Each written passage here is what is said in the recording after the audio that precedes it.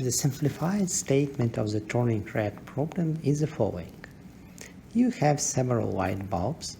Each light bulb has 3 states. Let's call it 0, 1 and 2. Actually, in the problem statement it is different colors. Buttons are connected to some sets of the bulbs, and when you are pressing the button, all connected to its bulbs are turning its state. When bulb is pressed, its state goes from 0 to 1. If it is 1, it goes to 2. If it is 2, it goes to 0 again, so it's a kind of cycle of length 3. So, and you have some initial state of the bulbs, and you need to come up to some final state of the bulbs. Initial state on the picture is written inside the bulbs, and final state is written in red, for example. Let's see on this example what is going on. If you look at the left bulb, now it has state 0 and it needs to be state 2. So it's kind of obvious that you need to press the first button 2 times modulo 3.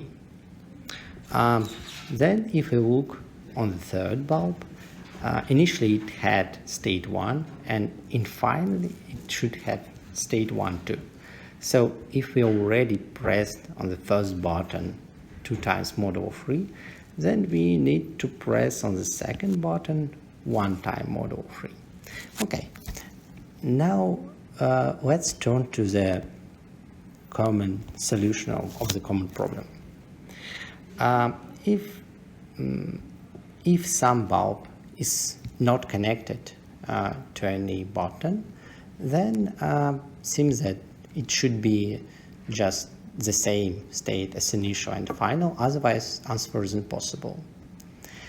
If bulb is connected to only one button, then we just know how many times should we press this button modulo 3, just depending on the difference between initial and final state of this bulb. Now we need to look into a statement and see that actually every bulb could be connected to no more than 2 buttons. That means that, for example, if you look on the bulb number 3, it connects to the 2 buttons, and it seems that number of times that we need to press these 2 buttons is determined modulo 3. So if we will draw some graph, kind of button graph, when the vertices are buttons and the edges are bulbs which are connected to 2 buttons, then it seems that every edge of this graph determines some of the vertices connected to it. So it means that if we'll split such graph to all its connected components, in every connected component it's very easy to understand state of each vertices if we know state of one vertex. It could be the case that its state is determined by, bulb which was connected to only one button, or if there is no such vertex in this connected component, we could just try one button of 3 different states, modulo 3, and just try all these variants.